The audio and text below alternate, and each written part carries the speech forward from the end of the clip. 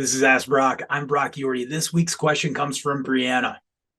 Brock, it's World Groundwater Week. What are you thinking about?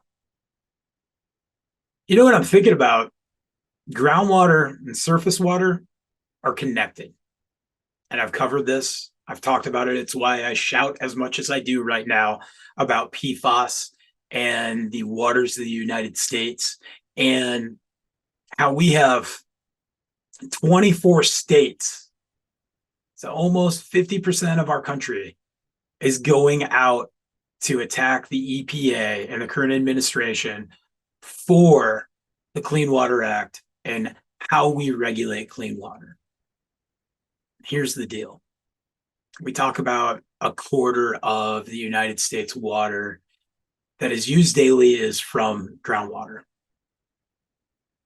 I want you to look at all the surface water and how it's interconnected and how it eventually comes back to being part of groundwater and why the waters of the United States are as important as they are. And it's something that we have to continually think about and understand how we're advocating. And it's what I think about. It's what I lay awake at night and think about, along with PFAS. When I hear somebody go, everybody's got PFAS in their blood, and you know what? We cook with it and people don't want to get rid of it. We've identified that polyfluoroalkyl substances are bad and that they are having underlying health effects to developing bodies, our children, and the elderly, and it's not good for any of us. And this is no different from, think about it, when we were still allowed to have lead in water well supplies, or we have an entire infrastructure that has lead base to it, lead paint. And look at the guidelines and the remediation we have for that now, because we realized how quickly it can impact a developing human. So for Groundwater Week,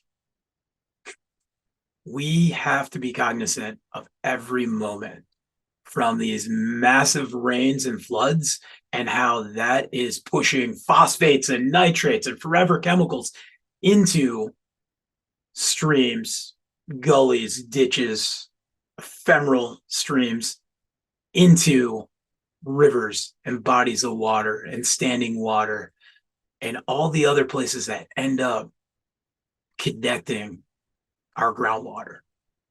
Just want you to look at some of the major aquifers that are connected throughout our country and how at some point they're perched and some points they're confined.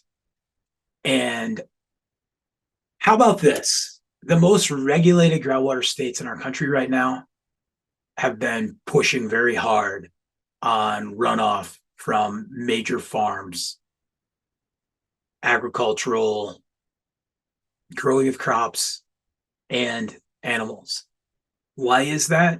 Because we see an increase in phosphates and nitrates and effluent coming off of these massive confinement barns. And these are all things we need to be thinking about. We need to be able to feed our planet, but we also have to be able to drink the water. And that's what it's all going to come back to. That's my 2 cents. Thank you.